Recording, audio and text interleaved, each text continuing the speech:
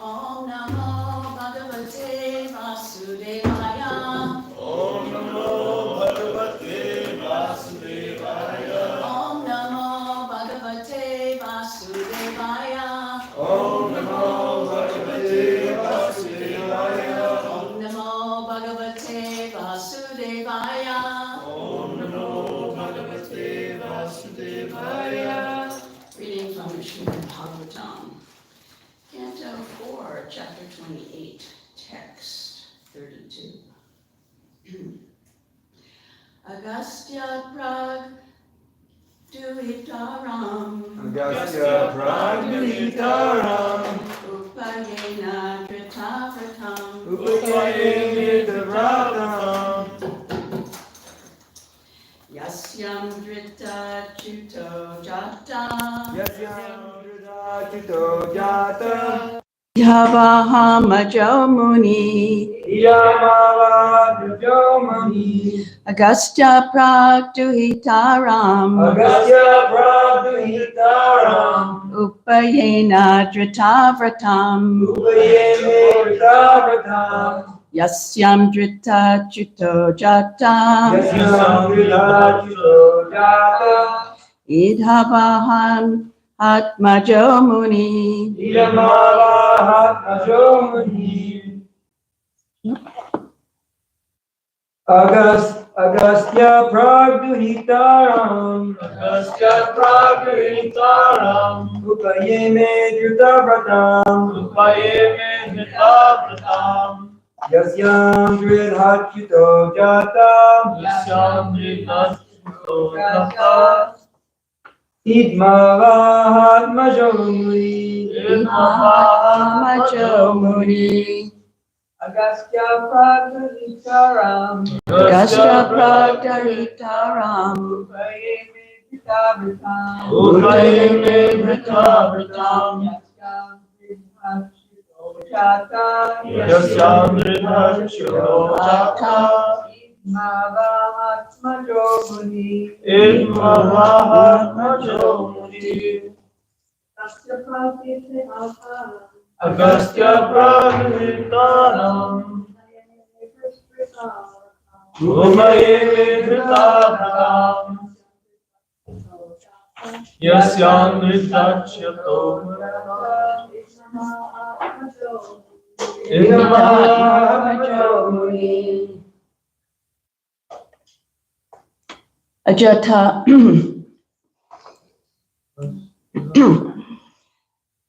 Agastya, Agastya, the great sage Agastya, great sage Agastya, Prak, Prak, first, first, Duhitaram, Duhitaram, daughter, daughter, Upayeme, Upayeme, married, married, Dritavratam, Dhritarashtra, taken to vows, taken to vows, Yasyam, Yasyam, through whom, through whom, Drithachuta, Dhritarashtra, named Drithuchatya. Oh, no, wait, yeah. Okay. Jata was born. Idmavaha, Idmavaha, named Idmahava. Idmavaha, Atmaja, Atmaja, son. son, Muni, Muni, the great sage. great sage. Translation, purport by His Divine Grace, A.C. Bhaktivedanta Swami Srila Prabhupada. The great sage named Agastya married the firstborn daughter of Malayadwaja, the avowed devotee of Lord Krishna. From her, one son was born, whose name was Drithachuta, and from him, another son was born, whose name was Idhavaha. Please repeat. The great sage named Agastya married the firstborn daughter. Let's see. I guess that's too long. Can't quite figure. The great sage named Agastya The great sage named Agastya married the firstborn daughter of Madhya Raja, married the firstborn daughter of Raja, the avowed devotee of Lord Krishna. the devout devotee of Lord Krishna. From her, one son was born, From her one son was born, whose name was Drithachuta, whose name was Dhritarashtra. and from him another son was born, And from him another son was born, whose name was Idhavaha. whose name was Idmavaha. Purport. The name Agastya Muni is very significant. Agastya Muni represents the mind. The word Agastya indicates that the senses do not act independently, and the word Muni means mind. The mind is the center of all the senses, and thus the senses cannot work independent of the mind. When the mind takes to the cult of bhakti, it engages in devotional service. The cult of bhakti, Bhakti Lata, is the first daughter of Malayadwaja, and as previously described, her eyes are always upon Krishna, asitikshanam. One cannot render bhakti to any demigod. Bhakti can be rendered only to Vishnu. Shravanam, Kirtanam, Vishnu. Thinking the absolute truth to be without form, the Mayavadis say that the word bhakti can apply to any form of worship. If this were the case, a devotee could imagine any demigod or any godly form and worship it. This, however, is not the real fact. The real fact is that bhakti can be applied only to Lord Vishnu and his expansions. Therefore, Bhakti Lata is Drita Vrata, the great vow. For when the mind is completely engaged in devotional service, the mind does not fall down. If one tries to advance by other means, by karma yoga or jnana yoga, one will fall down. But if one is fixed in bhakti, he never falls down. Thus, from Bhakti Lata, the sun, Dhritachyuta was born. And from Dhritachyuta, the next son, Idhavaha, was born. The word Idhavaha refers to one who carries wood for burning in a sacrifice when approaching a spiritual master. The point is that Bhakti Lata, the cult of devotion, fixes one in his spiritual position. One so fixed never comes down, and he begets children who are strict followers of the Shastric injunction, and it is said in the Vedas, Tad Vijnanartam Sagurun Eva Digachet Samitpana Shrotiyam Brahma Nishtam. In the line of devotional service, those who are initiated are strict followers of the Vedic spiritual injunctions. Om Jnana Timrandasya Gananjana Salakaya Chakshuramitam Yena Tasmai Shri Guruve Namaha. I was born in the darkness of ignorance with my eyes closed shut. My spiritual master forced open my eyes with the torchlight of knowledge. I offer my respectful obeisances unto him and to all the assembled devotees here. So thank you for your patience while I struggled. That is why I usually don't give class. Something always comes up. The first thing I was thinking is, oh, he's not going to take the kids today because he's not here and he's getting an operation. So I have to take the kids. So that threw me off the schedule. So he showed up. And then the second one was when Tara Lakshmi wasn't here. And I thought, okay, now I'm going to have to do the plates. And that was going to mess me up. And then I went to the office to print my class, and then the printer didn't work. And then that messed me up. Then I got an anxiety, then I had to pass. So then I had to run home.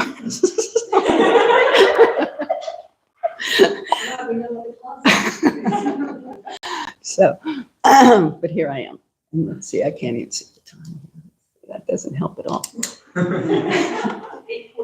Okay. All right. So Augusta, like it said in the purport, represents the mind, and the senses do not act independently. And Muni means the mind. So the senses and the mind work together. So we can understand from Bhagavad Gita those famous verses, while contemplating the objects of the senses, one develops attachment. And from attachment, lust develops. And from lust, anger arises. And from anger, bewilderment. And when memory is bewildered, intelligence is lost. And then one falls down to the material pool. So Prabhupada takes a very positive, takes us in a very positive way, saying that when one practices bhakti, his mind is fixed and his senses follow. Prabhupada was so encouraging, and he really would see the best in us, and he would know the potency of the philosophy and feel that we could all do that. It also says that that one can only render bhakti to Krishna, not to anyone or any other demigod. So in Bhagavad Gita 7:19, it says, Bahunam janmanam ante jnananam prapadyante vasudev sarvamati sad mahatma sudurlabha. After many births and deaths, he was actually in knowledge, surrenders unto me, knowing me to be cause of all causes and all that is. Such a great soul is very rare. Sa mahatma sudurlabha. And right in the next verse, 7:20, Krishna says, those whose intelligence is stolen by material desires surrenders unto the demigods. Kaimais taister hrida jnana prapadyante nadevataha. So Prabhupada's also explaining in the purport that bhakti is for Krishna, that when one goes to anyone else, any of the other demigods, then one does not get the desired result. There's one story in this connection that was told by Giriraj Swami when he was with Prabhupada.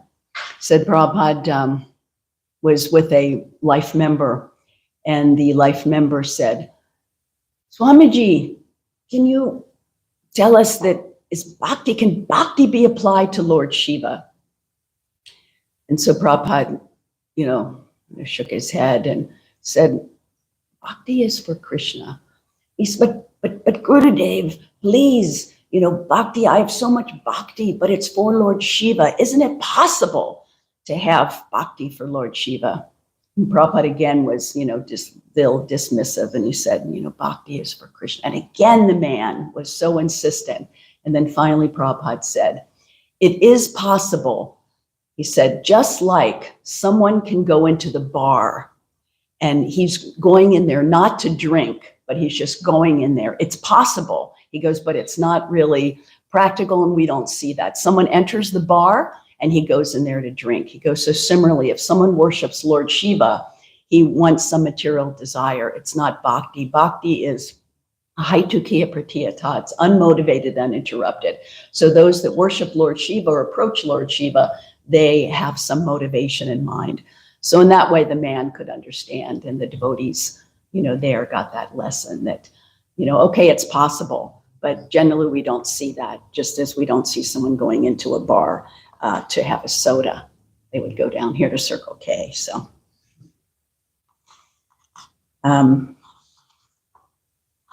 Prabhupada repeats several times that the real fact is bhakti can only be applied to Lord Vishnu and his expansions. And Prabhupada really drives that point home. And that's why we see that some so-called scholars don't appreciate Prabhupada's translation. Because why? Because they say he only comes up with one point. He just says Krishna, Krishna, Krishna over again. Every verse, every line says surrender to Krishna. And that's too, we can't really follow that because the Vedas are so vast and it says so many things. So, but Prabhupada was very, very adamant at bringing this home, that only for Krishna is there bhakti. And why? Because bhakti, of course, leads us back to the spiritual world.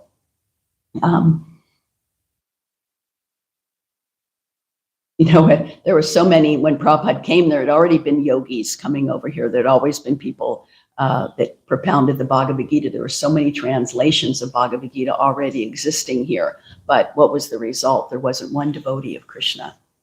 Only after Prabhupada came, because he was able to explain it properly and really be able to, enter into the real essence of the Bhagavad Gita by explaining these things to us over and over again, because as we know, our dull brain, forgets immediately. So Prabhupada's repeating. Practically, you can't find any page of the scriptures that doesn't have Prabhupada's, quotes in there about, just surrender to Krishna.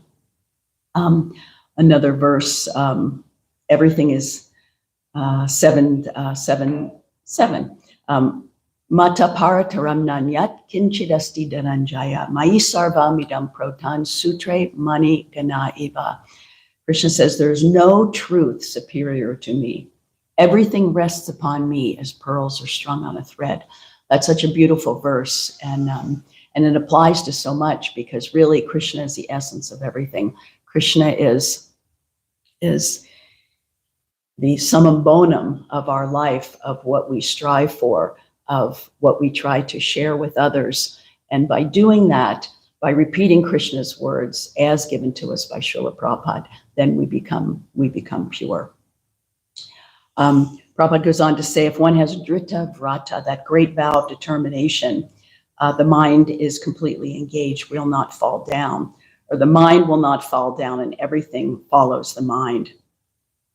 So if one tries to advance in spiritual life through jnana or through karma, actually Kirtan brought up that point very nicely the other day in class. He said to be a qualified jnani yogi, one practically has to be a sannyasi. One has to refrain from any type of sense gratification. So where do we find that? We just find that in the association of devotees. And the karmis, even karma yoga means also that one is following the principles and one's already following a yogic path. Sometimes we very kind of loosely say, oh, Joe's performing karma yoga. But is Joe following the 4 regulated principles? Is Joe leading a life of austerity and pursuit of the highest spiritual goal? No, he's living in pursuit of the Circle K, the McDonald's, his 3 girlfriends. But still, and why is that? Because he got the mercy from the devotees. He didn't get it from, karma. I mean, he did indirectly, somehow or other by his great fortune, and somehow or other he did something in his past life that he was able to, meet Bhaktaraj, and then meet, and like that. And he's been here for, you know, I don't even know how long he's been here. Once in a while he'll say, when did that happen? 7 years ago? I think I've been here 7 years. I don't think he's been here that long, but. He's here for 2 years when I got here, so probably 7 years. Oh, really? Wow. Wow. I mean, devotees don't stay around that long, you know. You know, it's like, what happened to so-and-so and so-and-so and so-and-so? But, you know, somehow or other, he's got the mercy. And because he doesn't have any like false motivation of, you know, trying to trick Krishna or please Krishna in a certain way that's like fulfilling his material desires, he actually is somewhat selfless in his service. So therefore, he gets the mercy of the devotees. And that's how we make spiritual advancement, by the mercy of the devotees.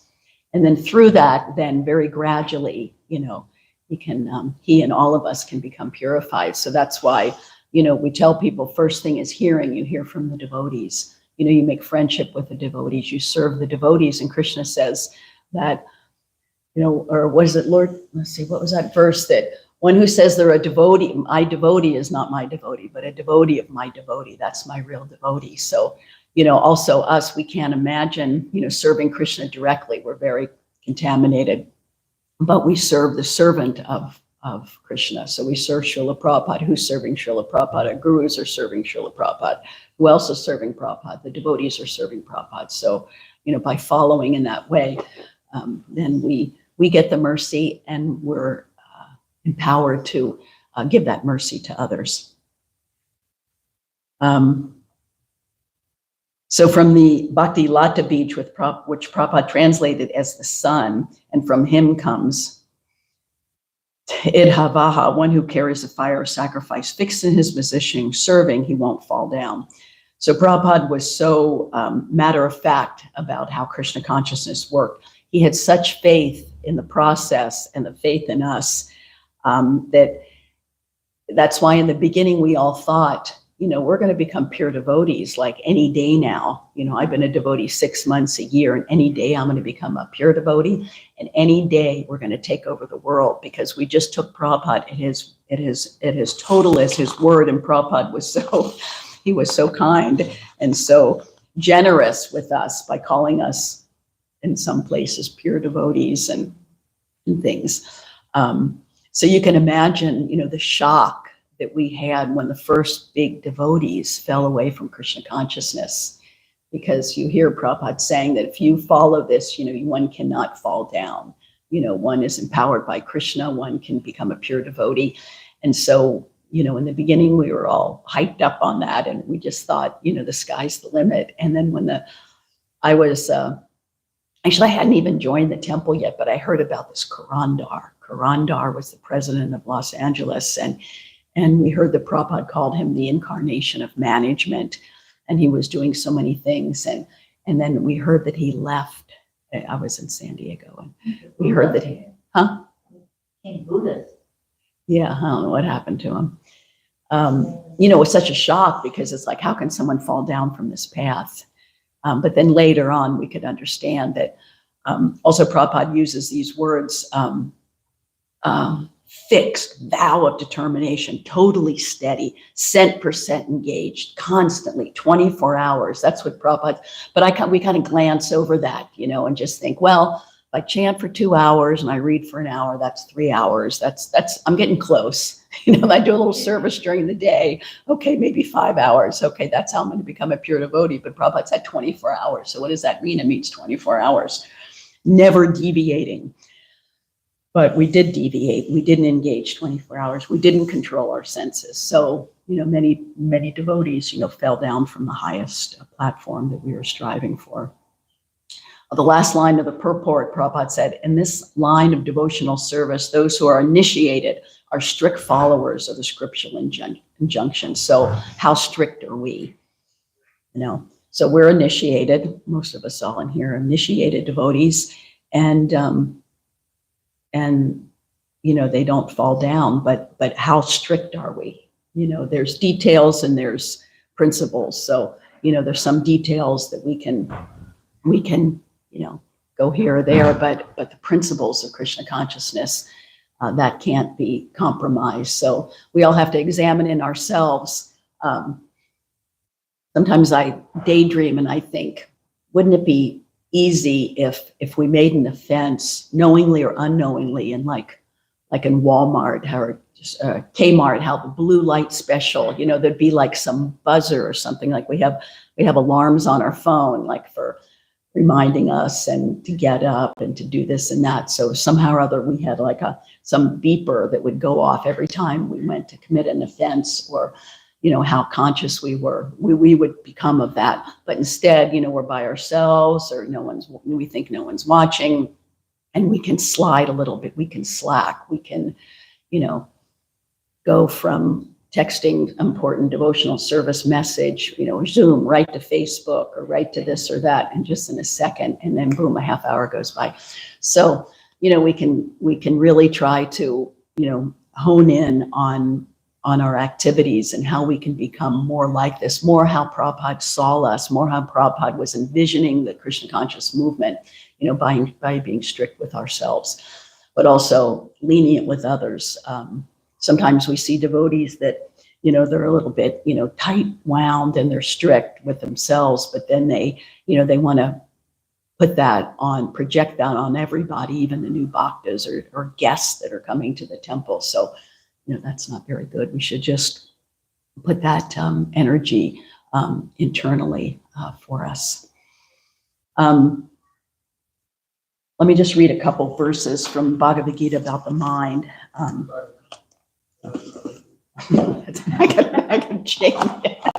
I gotta switch it out. Okay, it says 6. Sorry.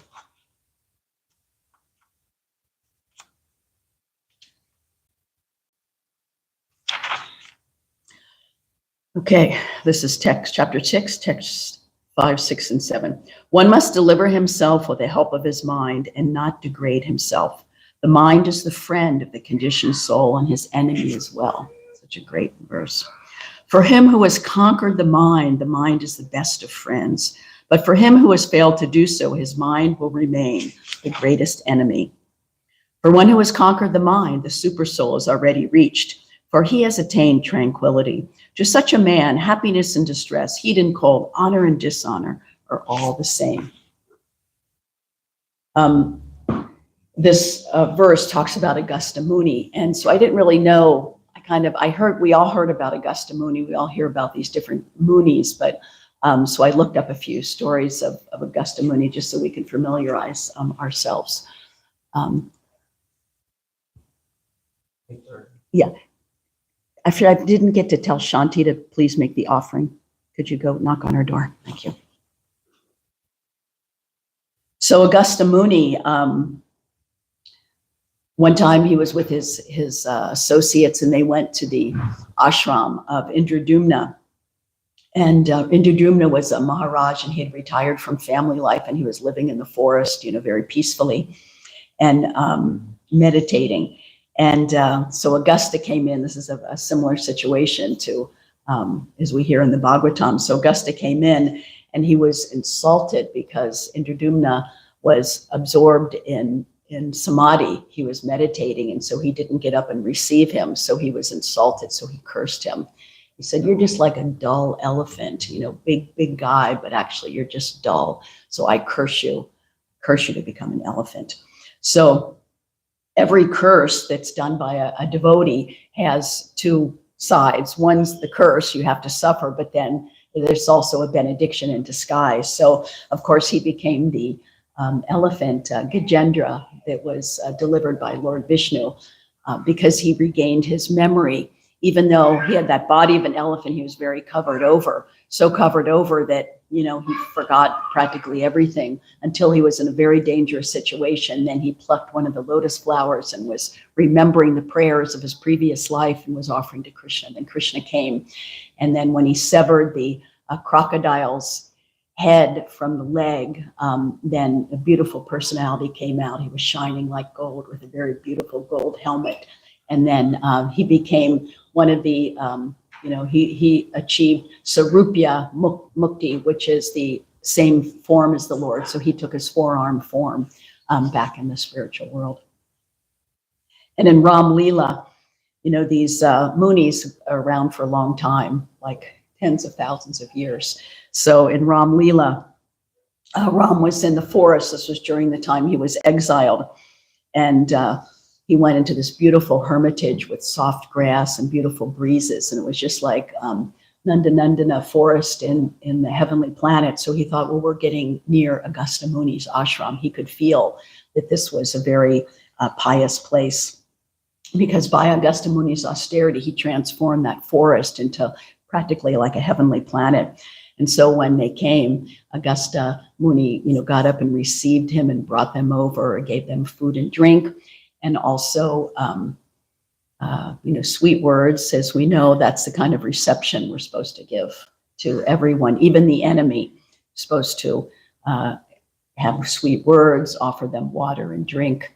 There was a letter that Prabhupada had put out it was like 75. And he said that we should always have full prasadam available. And he named like 7 different preps: puris, pakoras, sabji, rice. We should have them on hand for any guest that comes. And he goes, and when that's finished, you cook again. And if it's left over, you feed the devotees.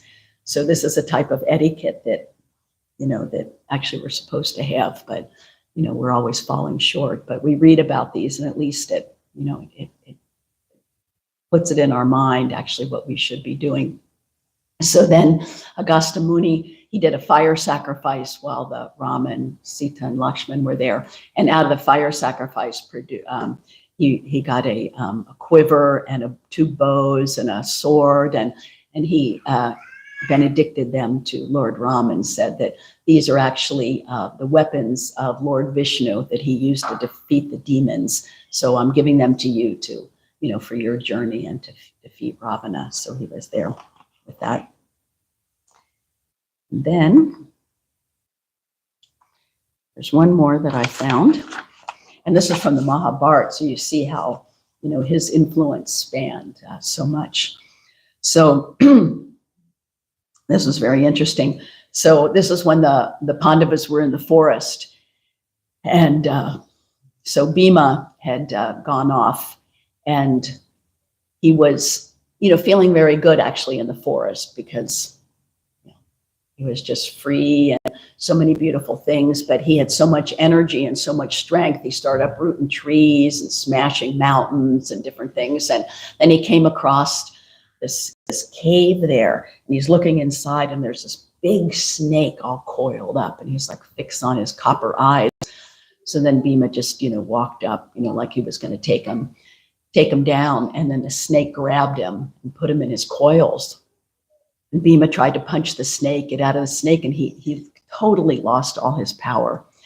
And he thought, this is so unusual. I am so strong. I have the strength of 10,000 elephants, and I can defeat all my opponents. How is this snake? How does he have me in his coils? So then he asked the snake, who are you? That you have so much power. You appear like a snake, but you must be a demi. Who are you?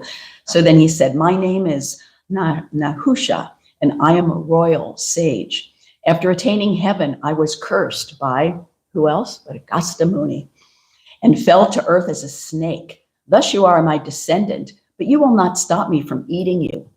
Whatever falls within my grasp during the middle of the day, be it a cow, buffalo, or even a human, becomes my next meal.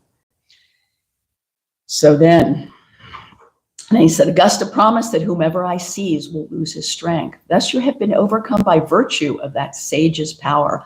Augusta also told me that I would be freed from this curse when someone could answer my question about the relationship between the soul and the supreme being. So then during this time, then the other Pandava brothers were saying, hey, where's Bhima? Where did he go? He's been gone for a while. So Yudhishthira said I should go find him. So then he followed the path, and he saw the trees uprooted, the mountains smashed, and all the animals were running out of fear. And then he came across, and there he sees his brother, all powerful, wrapped up in a snake. And so he thought, what is going on? And actually, before, let me just say this one thing. This was great.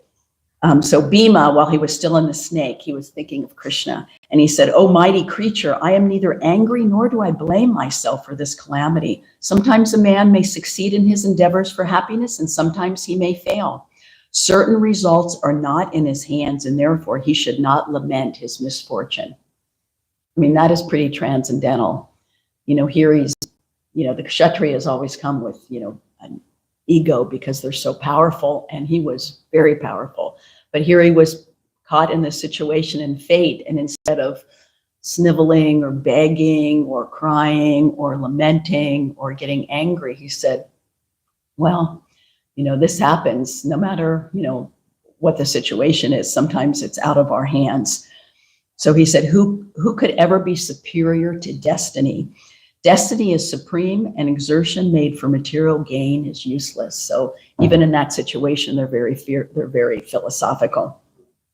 So Bhima did not grieve for his impending death, but he felt sad for his brothers and his mother. They depend on him and would surely be deprived of strength and energy when they discovered that had happened. But Duryodhana would rejoice. So then, Yudhishthir's coming along, then he sees the situation. And so he said, went up to the snake and said, what's going on here? And so then Yudhishthir said that he said, I can see that you're a true Brahmin. And he said, I touched Augusta with my foot. And so the sage cursed me to come down to the earthly planet and take the body of a snake. And he said, but he did say that if I, encounter someone who could explain to me the difference between the body and spirit and enlighten me, then I could be relieved of my curse and you could get your brother back. So then Yudhishthir took the very humble position and he said, yes, maybe I can answer your questions. And he was thinking, I've been in the forest now for many, many years, and I've been hearing from all the saints and sages in the forest, so maybe I could answer these questions. So the snake started asking him questions about being, what's the difference between the body and the soul, and he could understand that the snake was actually very learned. And so, but Yudhishthir very patiently answered all those questions. And so the snake said, he said, according to Augusta's words, however, you have now freed me from that curse. My discussion with you has reawakened my knowledge. I now realize that my real interest lies in cultivating Brahminical qualities and spiritual knowledge, not in material status or opulence. So it was interesting because, of course, Prabhupada explains that, Muni, you can't be a Muni unless you have a different type of philosophy. You have to have a different twist on the philosophy. So the Munis are always trying to exercise their brain, like how to figure out and explain different philosophies in different ways. So they're busy doing that, and they're not busy cultivating pure devotional service, because each of these examples, Augusta Muni was insulted by a slight offense. He touched someone with her foot. How many things have we touched with our feet? I mean, practically on a daily basis, even though we know that everything is expansion of Lord Balaram, but still out of laziness. I kick my cushion over to the corner because I don't like it if it's like twisted, then I don't like it. It has to be exact. So then I give it a little kick with my foot. And each time I do it, I said, I'm kicking Lord Balaram. What am I doing? I'm not going to do this anymore until the next morning when this thing is out again. I got to give it another kick. So this Augusta Muni, even though he lived for thousands and thousands of years, he had so much mystic power. He was revered all over the three worlds. Still, he could not control anger. So again, those verses that we were reading in the beginning of the class that, you contemplate the objects of the senses, lust, anger, bewilderment, illusion, and then you become bewildered and totally lose track of your spiritual life. So we can understand what a fortunate position that devotees are in, that they're not, bewildered by these things. I mean, devotees that are strictly following, that are 24 hours engaged, that are, Dritavrata, they have a vow of determination to follow this process. So, and even in the scriptures, it was, argued with, there's a couple different situations, but that the devotees are better than the Brahmins when Bhaktisiddhanta Saraswati had to argue with the caste Brahmins, and he was glorifying the Brahmins, and the Brahmins thought this is great, you know, he's right on. And then he said, but the devotees, and he started talking about the glories of the Vaishnavas and how they're even more powerful. So here we have 3 examples how, you know, how is Bhima acting, how is Yudhishthira acting with humility and with respect and knowledge, and he was able to just pacify the whole situation and not become bewildered or not become angry, because these kind of things, you know, we can catch in our own lives, like how easy it is to get angry and get agitated by anything animate or inanimate. Like the computer, I was almost going to give another kick, like I kicked my cushion, or someone says something to you, or someone, this is funny, Giro's outside, he's just walked away, so I'll say it, because he said he was going to monitor the class for inconsistencies. So I was telling Dira, I said, did you hear Kirtaneshwar's class when he said that, you know, you can really tell what mode someone's in by how they drive, and Vaishasika Prabhu, if someone cuts him off, he says, I forgive you. And he goes, oh, nonsense. And then we were driving yesterday, and some guy cut him off, and he goes, I knew that was going to happen. I don't forgive you. So, you know, we can weigh here, you know, the advancement of the Munis and the devotees. Okay, what time is it now? 8:44. Oh, okay, good. So now we can ask for questions. I got to take Shanti to the doctor, so I cut it short. Yes, Prabhu. I didn't have answer. Oh, commenter. Comment, yeah.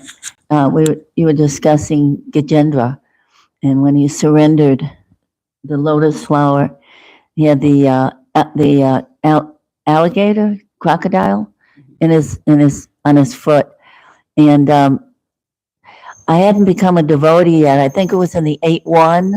I think it's where that pastime is. And it had just come off the press in Los Angeles, and we were in a restaurant called One Life. It was by donation only. Everybody sat on the floor. And Bhardaraj, not the painter, but he's Hispanic, Bhardaraj. The names are real close. He came in with the 8-1, and it just came off the press, and he was showing everybody. And he came to my table, and he opened it up, and he was showing us the pictures. And in my mind, I thought to myself, that's exactly what I have to do. I don't know how I knew that. I didn't read any of the books. I didn't know the philosophy, but I saw Gajendra holding up the lotus flower and surrendering, and the Vishnu Dutas were coming down. And I thought, that's what I have to do. So we started reading the Bhagavatam, me and my friend, and Bhardaraj left. He was preaching around the room, and then he left. And he left the book with us. And we were like, oh my God, this is like incredible. You know, we were just so stoked that we had this book, you know. And then so we're reading it, and we're like in ecstasy, you know. And all of a sudden he comes running in. He says, I forgot my book. And he grabs it out of our hands. And we were like completely bereft. And that was one of the main reasons I joined the temple. I never forgot that pastime, but you mentioned it, so I thought I'd share it. Nice. Yeah. Yeah, generally we understand that, you know, this isn't our first life as devotees that, you know, we've had. So devotees have different experiences like this that, you know, that they recall and they remember, you know, doing devotional service in their past life. And so somehow or other it's, you know, they just take to it. But generally it's always through sound vibration, meeting a devotee, talking to them, or the sound vibrations through the books that like rekindles our remembrance. You're making of this Rudravrata, this determination we need to have to perform devotional service. And I was thinking of this, there's a purport in the 7th canto, and Narada Muni speaking about the various types of living entities, various types of varnas and ashrams. And in the purport, Prabhupada says, simply by making like a vow, by by saying, I'm not going to do this very firmly, then one can overcome sense gratification. He said that, just as the same way one says, I'm not going to fast today. And no matter how many good foods are put in front of him because he's made a vow to fast, like when we have Ekadasi, no matter how much beautiful grains are put in front of us, we don't break Ekadasi. It's very easy for us, actually. We've been doing it for so many years. So in the same way, when one has that solid determination, I'm not going to engage in sense gratification of any sort, then in that way he can overcome. Yeah, very nice. Yeah, and our initiation, Prabhupada is so clever, we know that. But, having he would have a initiation maybe even for 20, 30, 40 devotees. And he would say, what are the what are the vows that you're going to take? And you repeat them out loud in front of all the devotees and in front of the guru. No meat, fish, and egg, no intoxication, no illicit sex life. How many rounds do you promise to chant every day? So that is a very public vow. And it has a certain, some scar in our mind that, okay, we're making this promise. And then Prabhupada said only animals can't keep their promise. So it's a very serious thing. But if we do it in the right mood with the right intention and say those vows out loud, and then we can, that comes the potency to follow them. We just have to have that drita vrata. We have to have that determination, because there's always tests, there's always, weakness, there's so many things that may come. But if a devotee is fixed in his vows, then he'll keep them. And then you become very strong. In that way, you become actually very powerful, not in the way to use it for sense gratification, but to use it in Krishna's service by keeping vows. Yes, Todd, I'm glad you didn't run out of the room. I would have really been discouraged. Would you say that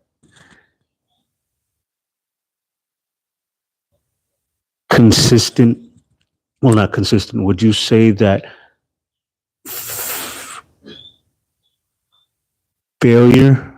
multiple failures leading up to attaining or completing those vows is what builds determination? Well, first class is making a vow and keeping it. Second is making some failures. Third is making a lot of failures. Fifth class is, many times that's how it goes. That there's, we try, the old, fall off the horse and get back on it. And, so some of us, that's how it goes. We have to, keep trying. But it's good that we don't give up, because then we're really lost. Then there's nothing if we give up. So even if we fall behind, if we can't quite do it, we just keep trying. And eventually, we'll get that strength, we'll get that mercy. But a lot of it is also association. It's like it's hard to do it by ourselves. Just like anything, why do people go to a gym? Why do you go to the gym? Besides that there's all this great equipment and it's air conditioned and, probably pretty girls there. Because they're association, because everyone's doing the same thing, right? Everyone's trying to build strength and like that. So the same way with, by associating, by being around devotees, then that encourages us. If you're just doing push-ups in your room all the time, might get kind of hard. You might get a little discouraged, or you might get bored or something. So you go where there's other people that are doing it to keep up your enthusiasm. So the same way we come to the temple to keep up our enthusiasm for devotional service, because Maya is always active. She's never like asleep. She's never like off her game. She's always like ready. Okay, he's looking a little weak. Now's my chance. I'm going to jump. I'm going to take that opportunity. So, but we have to reinforce ourselves by being with devotees. But we can also be with devotees by reading. You're with Prabhupada or listening to a class or a tape or remembering the words of a devotee, and that helps us, encourages us to keep going. We're fallen. All of us are fallen, and we're weak. And so, it's rare when someone takes a vow and never. It's possible, but it's more rare. So, just keep going. Thank you. Yes. I wanted to say, I heard several devotees say in reference to this kind of question that it's only a failure if you don't get back up again. Mhm. Yeah, right. No, that's a good point. Fall down is only bad if you stay down. Yeah, yeah, yeah, yeah. Oh,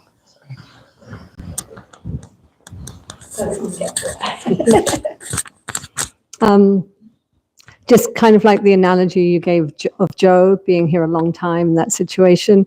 It seemed like when Prabhupada, first came, a lot of the devotees that joined were sort of like, you could say people that were out of the box or maybe misfits or something like that. But but they, obviously they relied on, they had Srila Prabhupada there and, Super Soul, and they were very inspired about that. But it seems like kind of nowadays, the people that are out of the box, they may come here because they think, oh, this is out of the box. But then when they get here, they might feel like, oh, this is another box I'm coming into. I mean, because it could appear that way because, it's like very regimental in many ways. But of course, at the same time, they're trying to maybe discover the super soul and all of that. So how do they, is that why maybe they don't stay as long, do you think? Or, how can we sort of encourage people to feel like, you don't have to be in a box. You can be you can be a devotee and, something. yeah, nice question. Yeah, that's called expert. How to see a circumstance, see a person, see where they're at, and encourage them to take the next little step, wherever they're at. Because certainly there's still a lot of misfits. We were all misfits, and there's still plenty of misfits. But that's a good point. Like the more like organized and together we get, that might be a turnoff for some people that, that are a little bit avant-garde or, a little bit off the beaten path. But, that's a devotee's expertise to be able to be sensitive to that and to encourage them and, have them take the next step. Because someone comes all different levels of understanding and background and things. So we just have to put one foot in front of the other, just as we do ourselves still. So when people come, whatever interests they have, whatever problems they have, or whatever, however they perceive the world, then we can connect that to Krishna. And we can show that by taking to Krishna consciousness, it will help them with their problems. It'll help them with their relationships. It'll better them in some way.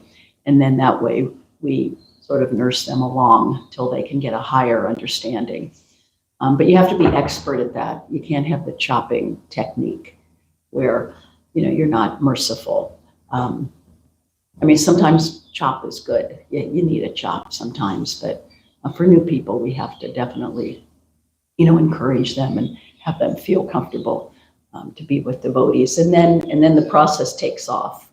We see that with people if they kind of let down their guard and they're able to accept to a certain level, then Krishna consciousness just takes over and they can, absorb themselves and align with what's going on.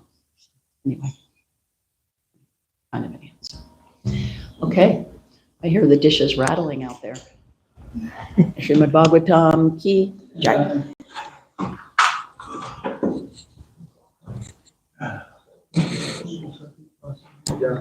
Garland.